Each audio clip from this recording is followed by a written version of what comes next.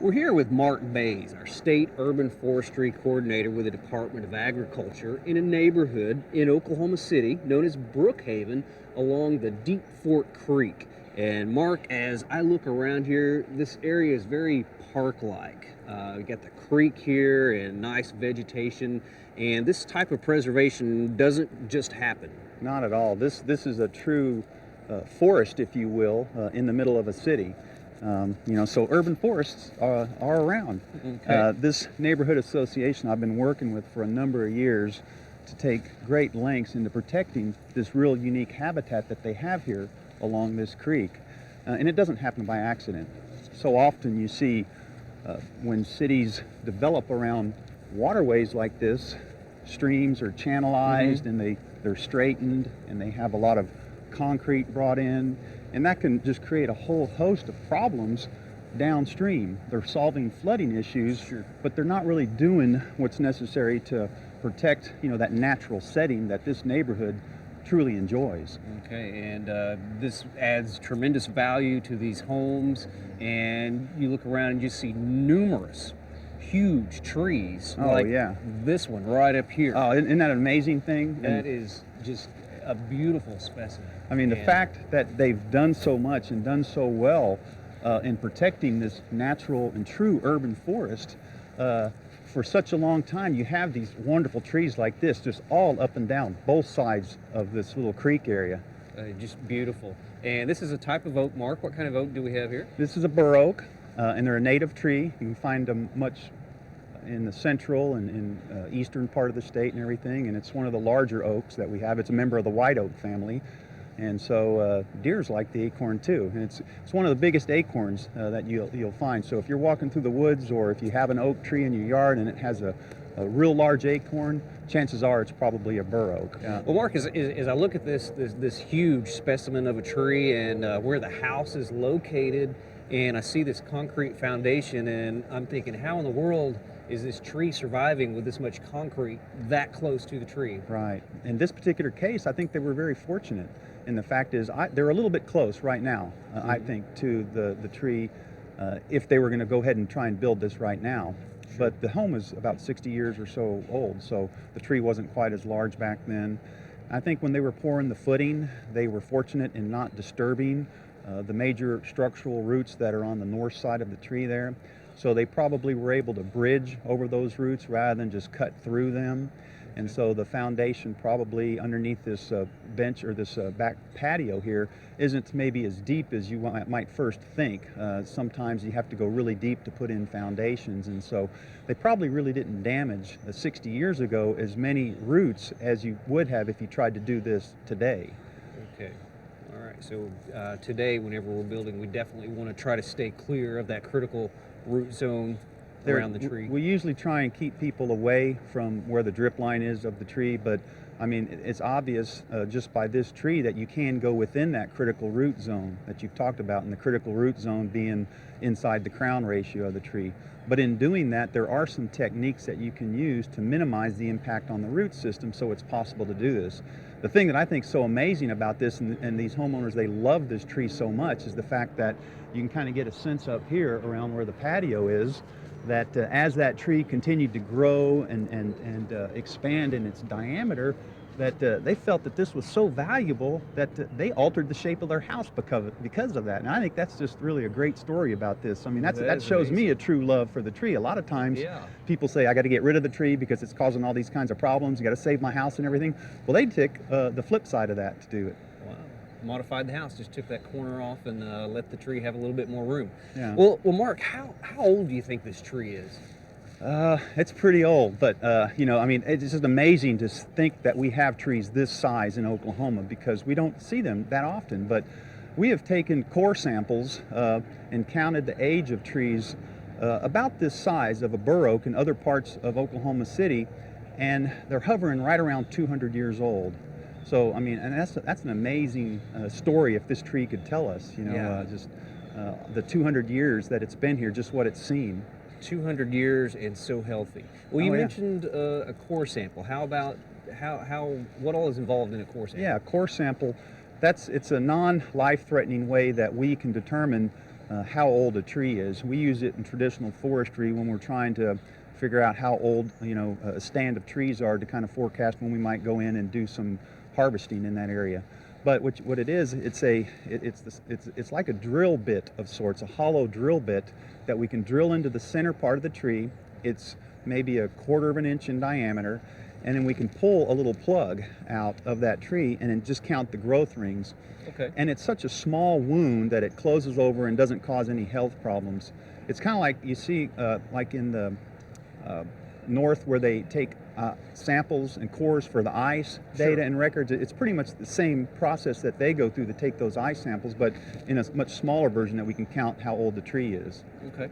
All right. Pretty interesting. Counting those rings in a good, safe way. Yeah. Well, to get the numbers and the age of this tree, we have to do some measurements. Yeah. The really neat thing that excites me about this tree is the fact that we said it's a couple hundred years old. Well, one of the things that we're doing in Oklahoma, because we're having our centennial coming up here in the next year, and we're really excited about finding more trees like this. We know that this tree's been around here a couple hundred years, so we're encouraging people to go out and look for big trees like this, and measure the diameter, the circumference of the tree, and then we can use some growth records to kind of calculate, to figure out approximately how old that tree is. And it's not just this number we're pulling out of the hat. What they've done in the whole Midwest area is they've taken core samples out of all different trees of all different species, counted the growth rings, and so they have an index number that they use.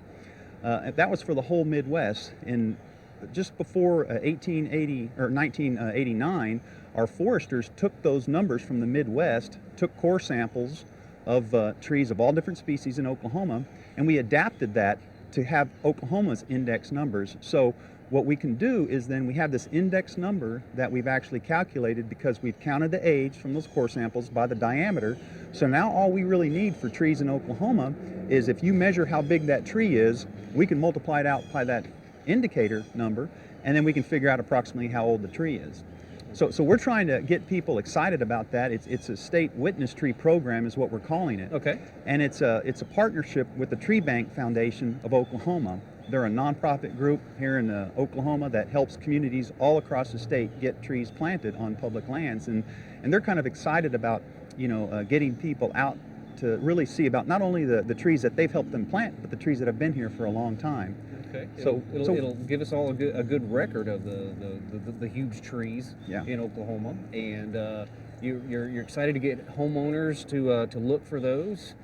And when the homeowner does that, their information will be recorded, and there are also some things involved there. Yeah, we're asking them to. We just need a couple things from them. Measure the tree for us, tell us what kind of tree it is, and then take some pictures of that tree. And then if there's any other special stories about the tree, some of them, we've heard that some of the early settlers have brought these trees and planted them themselves, or maybe if your grandparents or something were married under the tree, or those kinds of stories. So we're wanting the pictures of the tree, the stories behind the trees. And then we're going to work with the Tree Bank Foundation to get some sort of publication produced, telling all these wonderful stories from these trees just all across the state. And, we're going to try and get it in some sort of a publication, certainly put it online for people, but it'd be nice, we were talking earlier about a little coffee table book or something like that. And so that's the kind of the end product that we'd like to do, is find out just where all these wonderful trees are, and just if there's any special stories about them. Oh yeah, that'd be great to read that book. Yeah. And just see the information about all those trees. But we need to measure this tree to find out how we can determine the age. Right. And if for some reason a homeowner needs some help identifying a tree, there's some resources available. If they if we're asking the homeowners to measure the tree for us, and we'll show you how to do that. But if they need help identifying what kind of tree, they can certainly go down to their county extension office, any local garden center, maybe bring a leaf down and they could help you ID it. But if you didn't have any of those resources available, you can send us one of the leaves off the tree. You can take a picture of the leaves and email it to us. And we have foresters scattered all around the state that may be able to help out with that. Okay. All right. Sounds great. So finding out the size of the tree. Yeah. What do we need to do, Mark? We need to take the measurement at 4.5 feet above the ground. And sometimes a tree this big, it's good to have a friend, you know, a friend to hug a tree with you. Yeah, but one person couldn't hug this tree by no, himself. not all. So what we want to do is we want to take the measurement at 4.5 feet above the ground. So 4.5 feet here would be 4.6. No, this is 4.5 because this is graduated in, no, it's 4.6. This is in inches, so 4.5 feet right here. Sometimes we have tapes that are in tenths, so it's right here. So if you just want to mark that. And couple ways to do it. I won't do this, but you know, in forestry we do this so often that we have this thing, it's called a diameter tape. And we can just take this, walk around the tree, keep it nice and level there, and when we come all the way around, we can just take the exact reading and what the diameter is on that. So that's one way to do it, but I know not a lot of people have that. So one way that we have is just with a piece of string and a tack. Okay. So just get any kind of string or even like a linear tape, like a cloth tape you could use, something like that. But you want to tack it up right at 4.5 feet, right here. And then you want to make sure that it's level all the way around. Now you can see this branch here. If 4.5 feet was here, that would give an inaccurate reading. Sure. Because you know this branch is coming out and it'd actually be wider here. So if you have a branch right at 4.5 feet, you would need to drop it down just a little bit on that.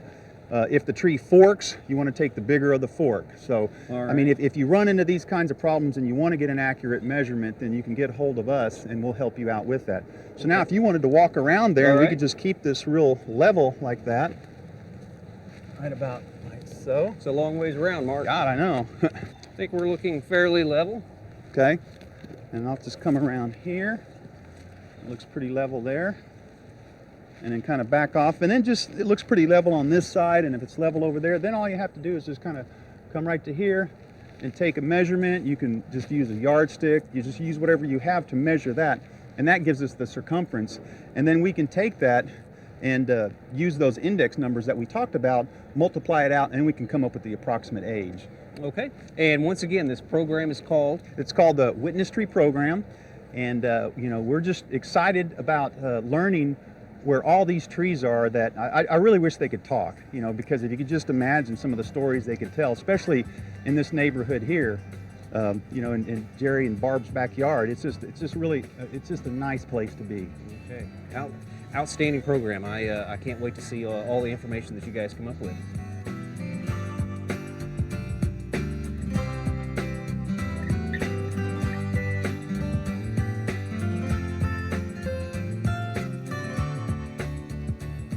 Well, this particular bur oak that we've been taking a look at is on the property of Barbara and Jerry Gallivan here in the Brookhaven neighborhood.